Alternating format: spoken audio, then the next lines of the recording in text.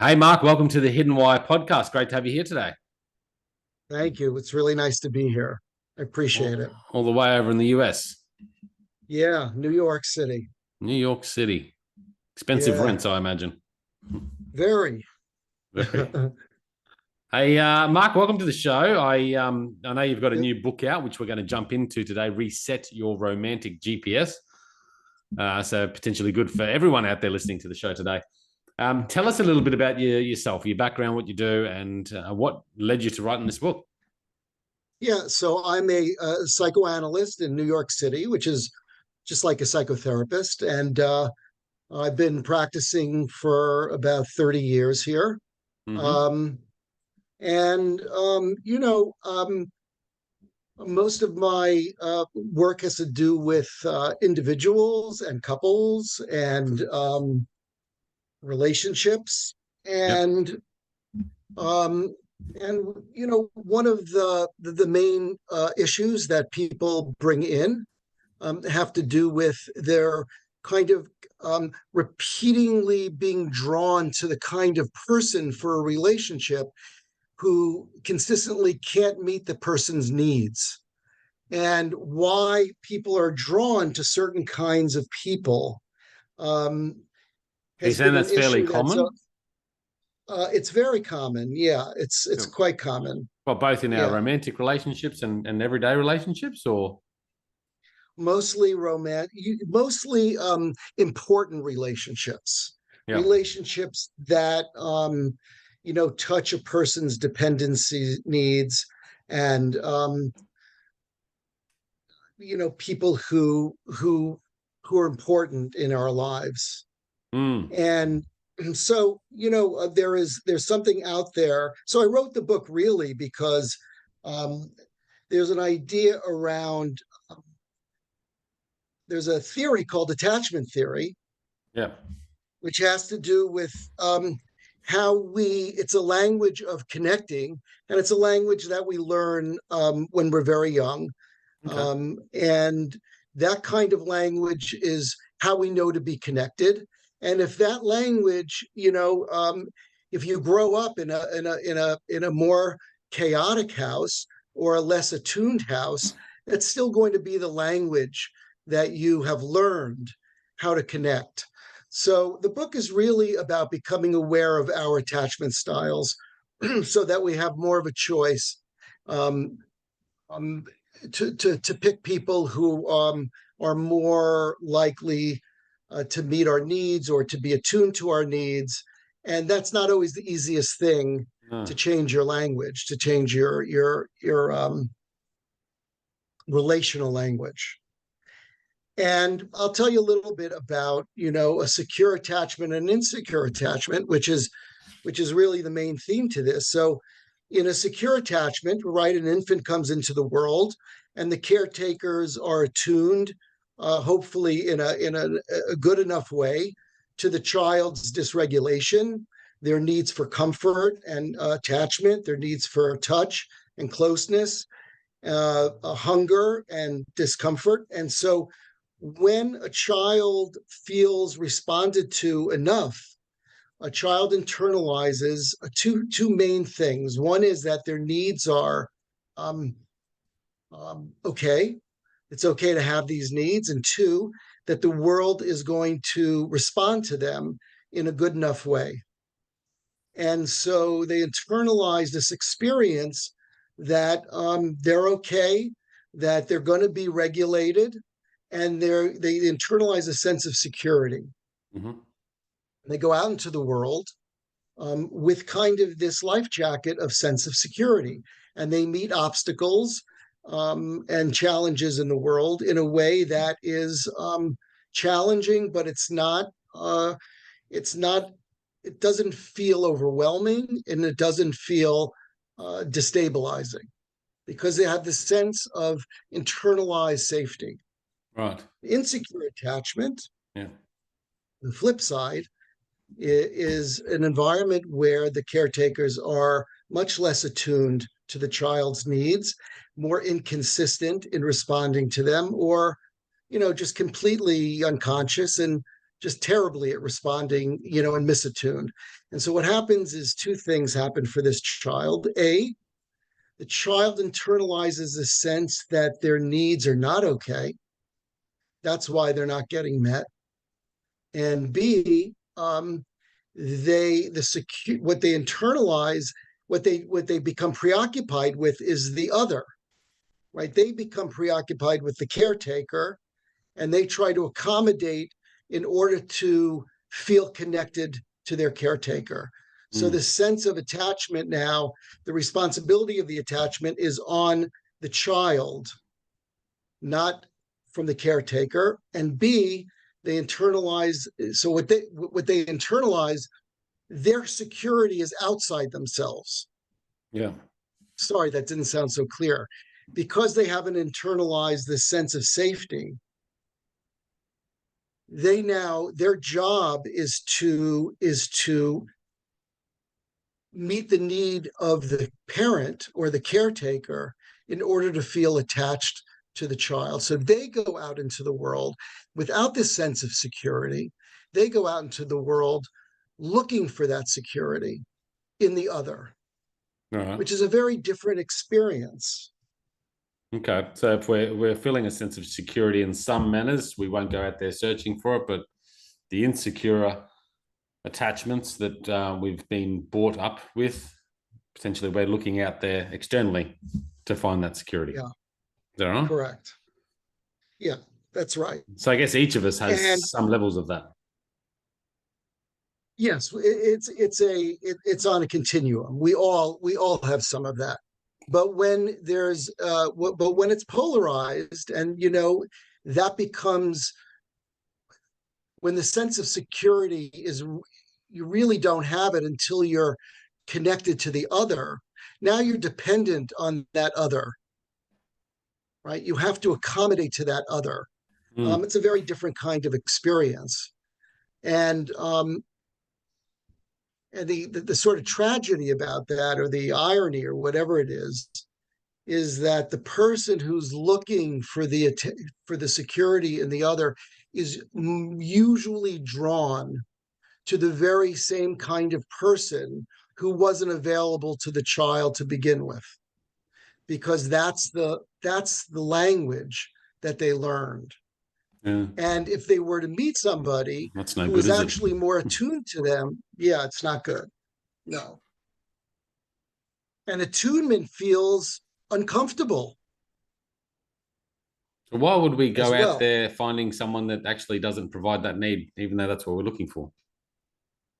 Yeah, obviously you said it's the language, but yeah, well, it's our first language. We look for it for two reasons. One, because it is what we know. It is what an insecurely attached person knows to be the language of connectedness. That's how they learn to connect, by subordinating the self and accommodating to the other. That is, in fact, how they learn to feel connected. So there's that. It's what they know. The other is the hope or the longing that if they could just get it right, if they could just, be super attuned to the other, or just get it right, then they would get that kind of love that they didn't get. So there's a longing to redo or undo what was done. And they're both not, both those things are going to lead to failure. Yeah. So how do we shift that and readjust our guidance? Yeah, good question. So, the first thing that a person needs is to become aware that they even, have this guidance, that they have to be aware that they see that who they're drawn to, there's a pattern. So first is awareness. That's the first thing. Yeah. And there's a lot written about attachment theory. There's a lot, one of the benefits, if there are any, of this whole COVID fiasco is mental health has really come to the foreground. It's spoken about, it's talked about. It's on TikTok. It's on, all sorts of ways, to find out about this kind of stuff. So learning about this is easy. Yeah. But awareness is the first step. Yeah. And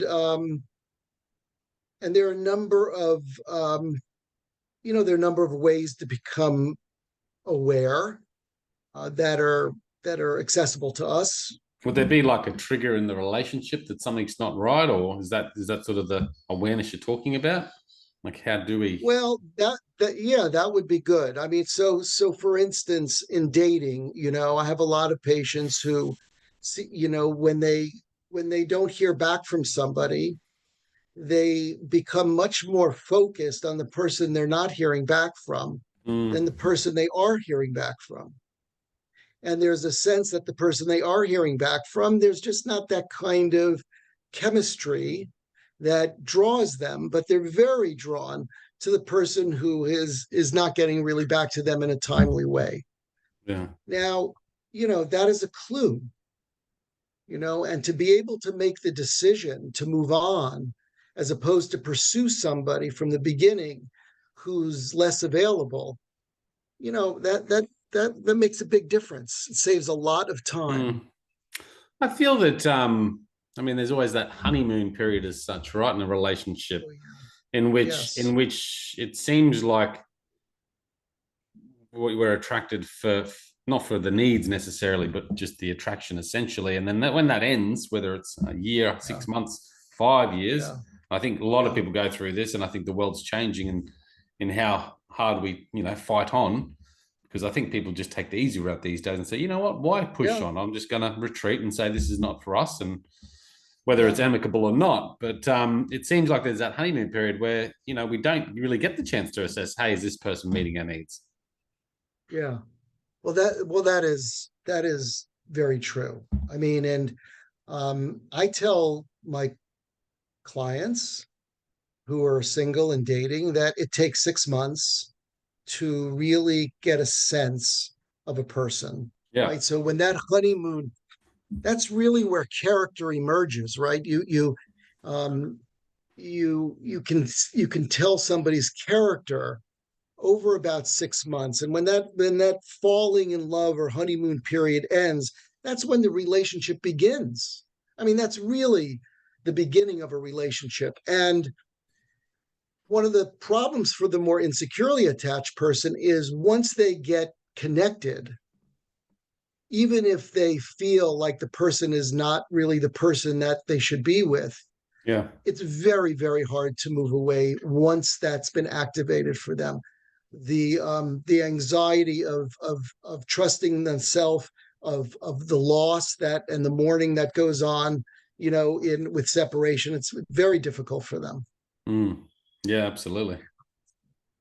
But you're right. People do back out these days. They don't really appreciate that the relationship is really all about after the honeymoon period. So you're talking about more the beginning of the relationship, finding the right person, or are you talking about any stage in between this with your book? Yeah. I mean, a lot of this is meant for people who are looking, who haven't been able to be successful in finding their partner. Yeah. But it also has to do with, the relationships that we're in. And in order to grow, you have to be able to take risks.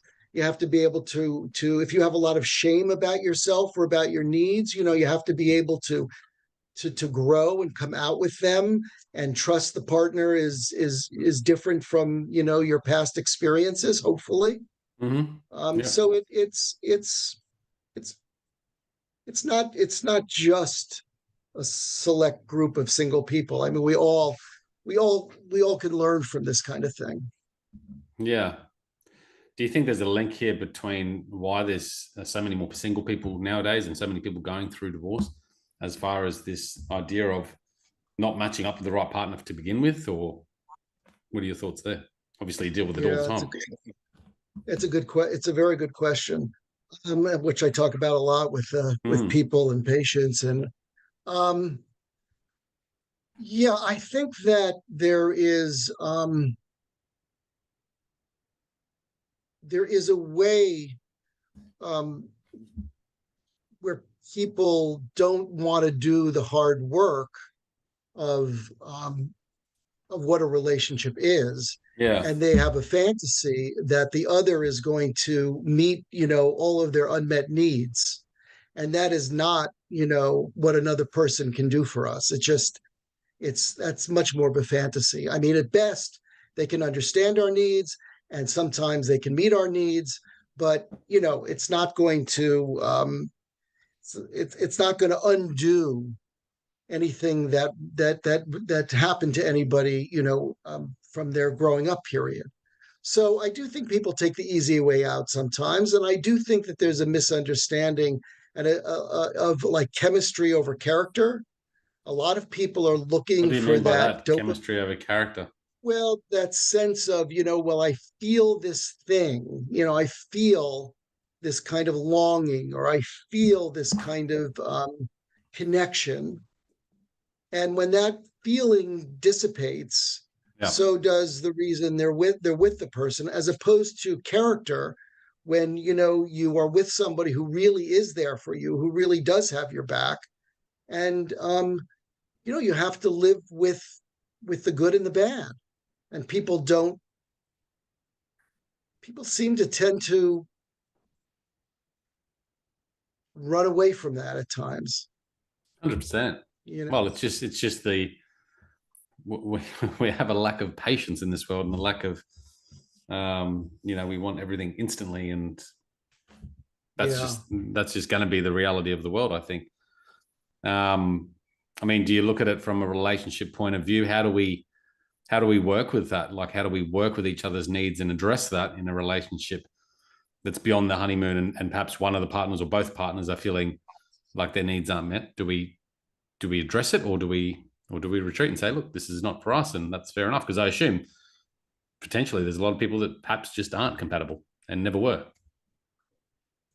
Yeah, that's true. But you have to be able to share what your needs are in Mm, order to see if they can get met.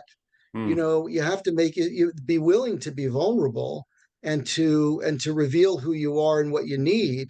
I mean, that's different from just being needy, right? But being able to let your partner know, the things about you that you have your own shame about. So you have to give the person a chance. And if the partner can hear the person, and can, be mature enough to appreciate and get to know the person they're with, I mean, yeah. literally, you Mm, know, um, that usually does the trick. The problem is, for some people, is they have more of a fantasy about who their partner is. And when the partner starts becoming a real person, which we all are, and not just, the the fantasy, that can be difficult for certain kinds of people who are not looking to be in reality.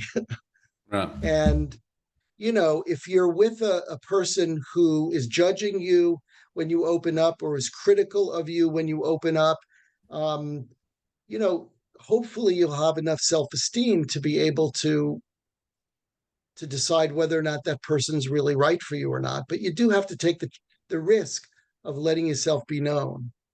Well, I think if you look back at, I mean, what you're talking about, the attachment theory and finding people that perhaps don't actually fulfill the needs that we're looking for.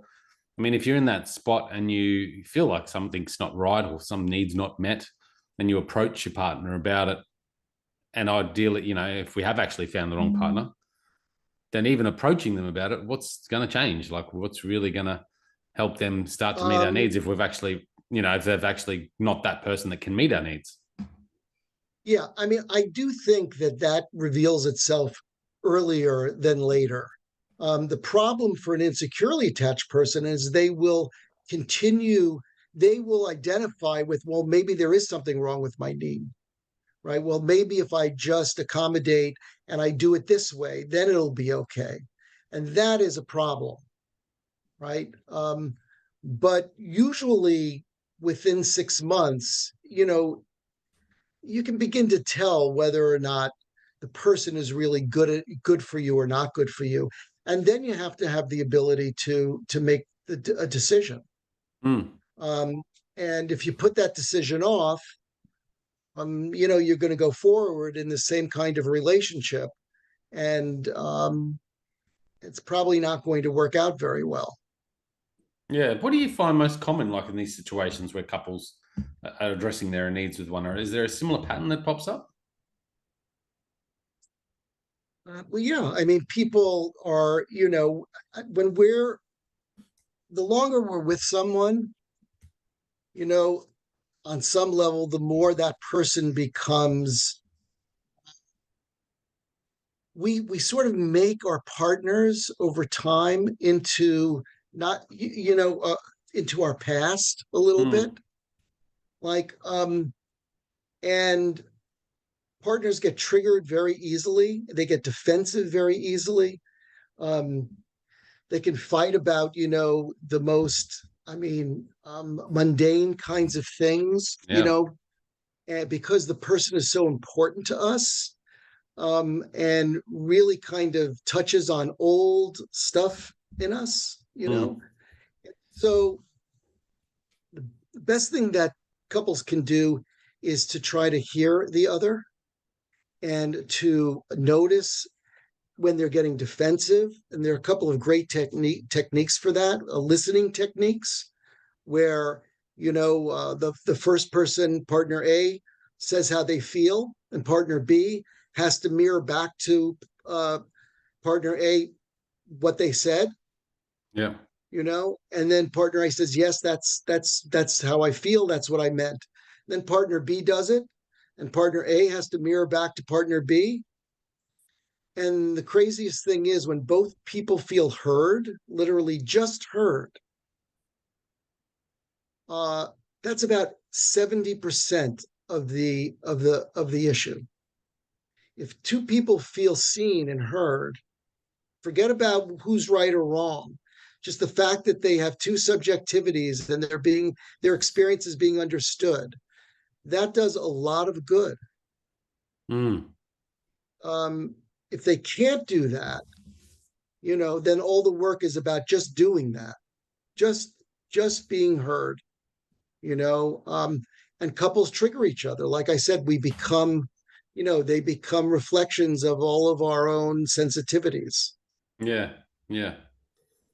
So do you think a lot of people have gone out there and met couples that don't actually fulfill their needs by searching for that insecure attachment that you were talking about?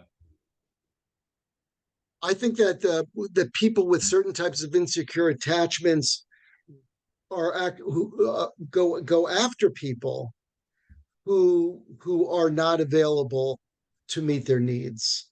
And the insecurely attached first needs to begin to have a relationship with themselves. I mean, they need to be able to be good to themselves by not putting themselves in situations where they're not getting their needs met. They have to take good care of themselves. They often don't do that either.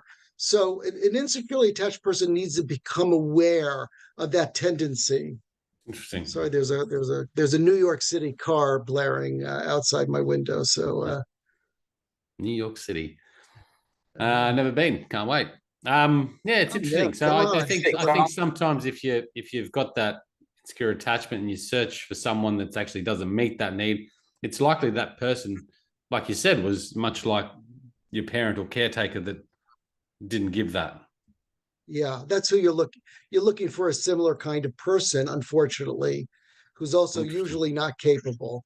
Um, and if you do find somebody who's really available, that feels very unknown. That feels very strange. It feels very untethered to a person who didn't have that. And so they have to get accustomed to that, believe it or not. They Yeah, have to it'd be get interesting accustomed. to. I mean, Yeah. I'm just thinking of my own relationships, but it'd be interesting to see how that works in other relationships too. When you see the couples together and how they match, and I guess how they compare to the parents if you know the parents as well. Yeah, There'll be some it's true. similarities, right? Is that right? Yeah, well, there'll always be some similar. Yes, there are definitely similarities. Again, the problem is when these things are more the extremes, Right. right? I mean, the in between is not really problematic. It's usually when it's more of the extremes sides of this. Okay. When So when you're we're too accommodating, or yeah, go on. just looking at the reset your romantic GPS, Yeah. and we started on that by awareness. Any final thoughts on how we reset this romantic GPS? What should we be doing? Yeah, there are a number of things you can do. I mean, I'm a big believer that 5 minutes of mindful meditation, which is Yeah. really just a breathing, and focusing on the breath, being with yourself Yeah. for 5 minutes a day, you'd find it, you don't think it would be challenging, but it is. And if you can be, the more you can be with yourself and you realize there's a self to be with, that provides a real sense of stability, knowing that you have this self to be able to come back to. Mm-hmm. And the other ways of practicing are noticing cravings, for instance. So you have a craving for a person, you have a craving for food. Notice that craving. Um, think about, realize you're in a relationship with these kinds of things. You're in a relationship with the craving, and notice the feelings that are associated with it. Just begin to become aware of the kinds of things that drive us, that we long for, and as opposed to just being in the feeling and just reacting robotically, try to become aware of those moments. See if you can allow a little bit of choice to come into the picture. If I Mm. want this thing that's really bad for me, if I had a child, would I want my child to eat that? Right? And if the answer is no, what would it be like to not fulfill that craving for the moment? What feelings come up when you say no to something unhealthy?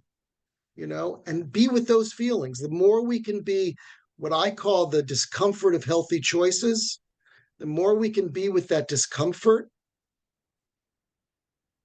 the better Yeah, off we that's a are. really, really. I mean, we could go deep into this topic.